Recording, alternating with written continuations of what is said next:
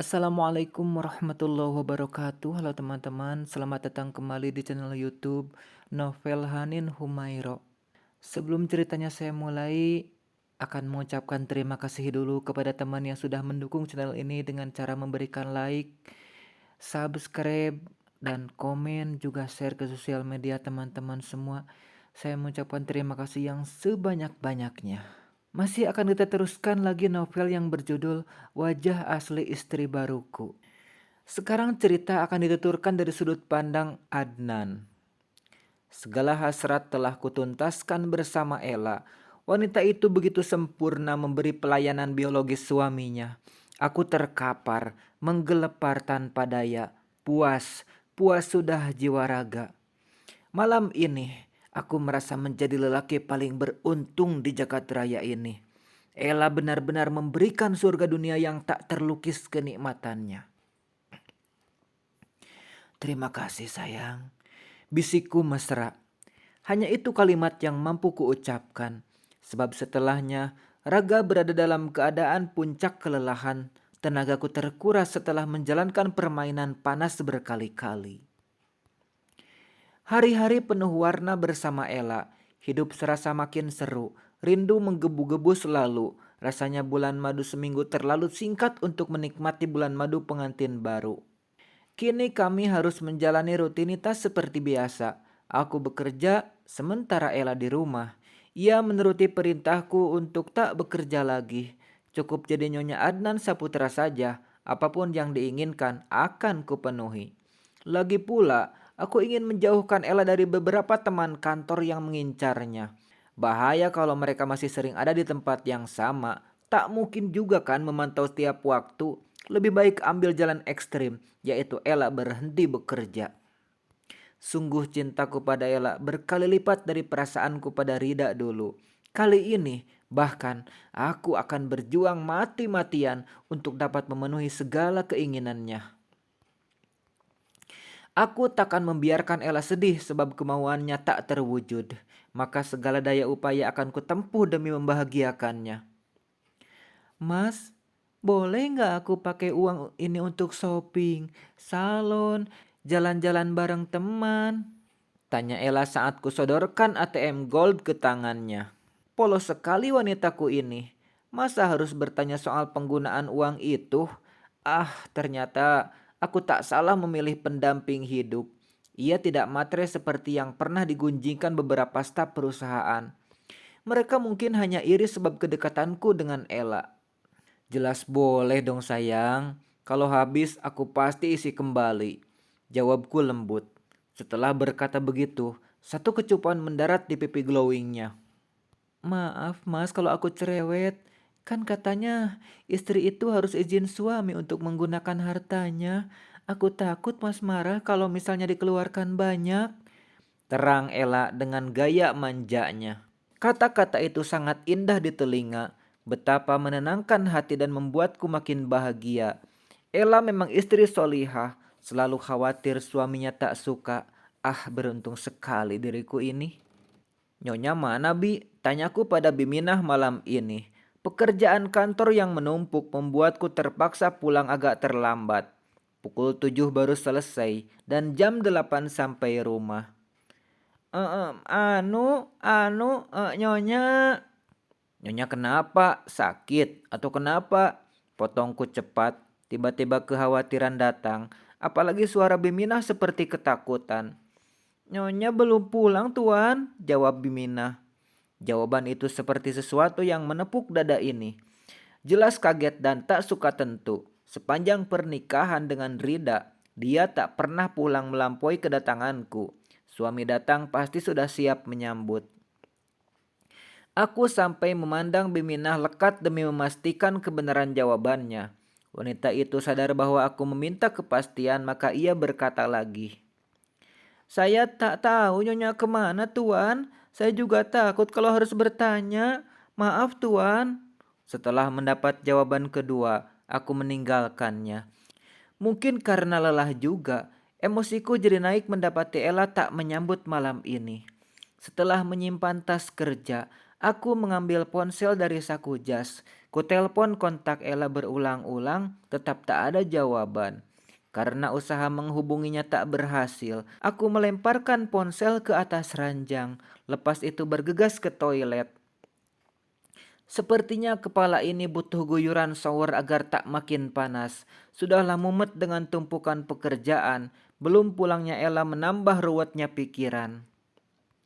Tanpa membuka baju kerja, aku menyalakan shower. Dinginnya air yang keluar dari alat ini perlahan-lahan mengurangi hawa panas yang meliputi kepala. Dada pun ikut tenang sebab kini seluruh tubuh sudah teraliri air.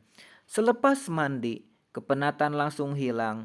Badanku fresh meski pikiran belum cerah seutuhnya. Belum pulangnya Ella jelas membuatku tak tenang sebab khawatir terjadi hal buruk padanya.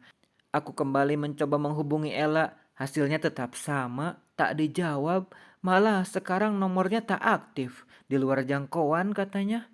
Halah, karena perut sudah meronta-ronta minta diisi, aku putuskan makan sendiri saja. Lagi pula tak jelas kapan dia akan pulang. Biminah dengan sigap melayaniku di meja makan. Ia menyajikan makan malam yang kelihatannya baru dihangatkan. Mungkin dibuat sudah agak lama, jadinya dingin ditunda sampai jam segini. Apa Nyonya setiap hari pergi? Tanyaku pada asisten rumah tangga, sekaligus istri pelayan lelaki di rumah ini. Wanita itu tampak ragu bicara. Itu terlihat dari gerakan bibirnya yang dibuka lantas ditutup lagi. Aku sengaja mengarahkan mata pada wajahnya agar ia menjawab. Iya tuan. Aku menghela napas panjang untuk menahan sesuatu yang mulai meletup di rongga dada. Aku bukan tipe pria pengekang wanita, tetapi tak rela juga kalau seorang istri terlalu liar di luar sana. Sekarang cerita akan dituturkan dari sudut pandang Ella. Gawat, Mas Adnan menelpon terus, ia pasti sudah ada di rumah. Aku sengaja tidak mengangkat panggilan sebab belum punya jawaban atas pertanyaan-pertanyaan yang akan dilemparkannya. Ah, lebih baik disenyapkan saja agar tak terdengar, anggap saja tidak pernah berdering. Reputasiku bakal hancur kalau pulang terlambat. Bisa-bisa citraku yang telah baik di matanya berubah menjadi buruk. Efeknya, tingkat kepercayaan Mas Adnan akan turun drastis. Kupikir dia akan pulang jam 10 atau 11 malam. Kan katanya banyak kerjaan yang belum diselesaikan. Kenapa juga sudah pulang sekarang? Dasar pelin-pelan. Macet sialan bangsat, gue buru-buru woi. Kupencet klakson hingga suaranya membahana. Persetan dengan kekesalan orang-orang sebab telinganya peka. Salah sendiri menghalangi jalanku. Dan untuk beberapa menit terjadilah persaingan klakson dari pengemudi barbar. Sumpah, rasanya ingin keluar dan meluapkan emosi dengan memarahi orang-orang sialan itu.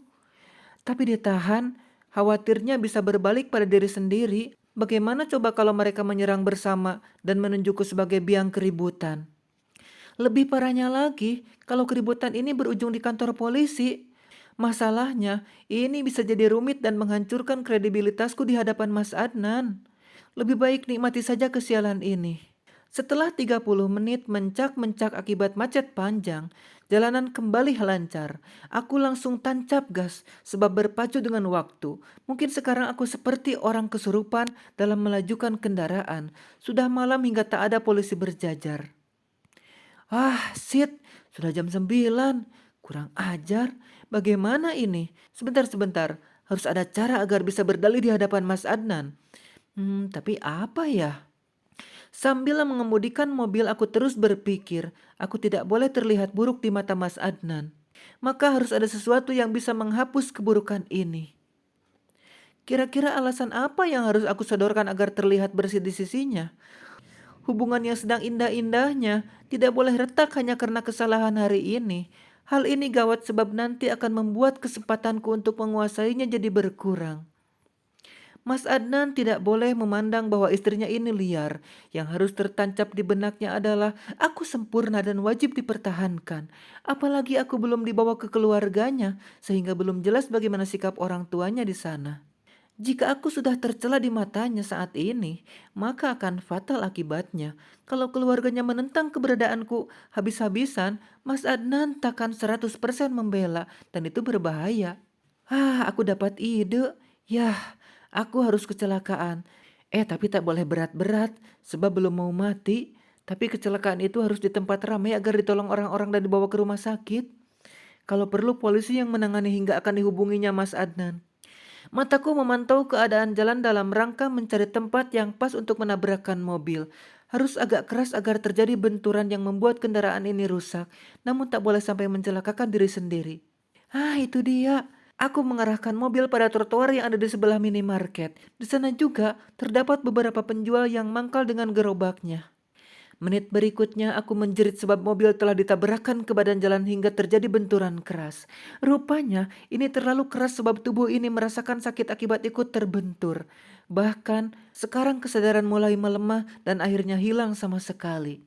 Sayang, syukurlah kamu sadar, ucap Mas Adnan sesaat setelah aku membuka mata. Wajahnya terlihat cemas berlebihan. Tangan lelaki itu mengusap pipiku dengan penuh kelembutan. Drama berikutnya harus dimainkan. Kecemasannya mesti ditambahkan, biar kesalahanku langsung terhapus di benaknya. Maaf membuat Mas cemas. Aku sangat terburu-buru mengendarai mobil takut Mas marah, jadinya nabrak. Ucapku dengan suara dibuat selemah mungkin.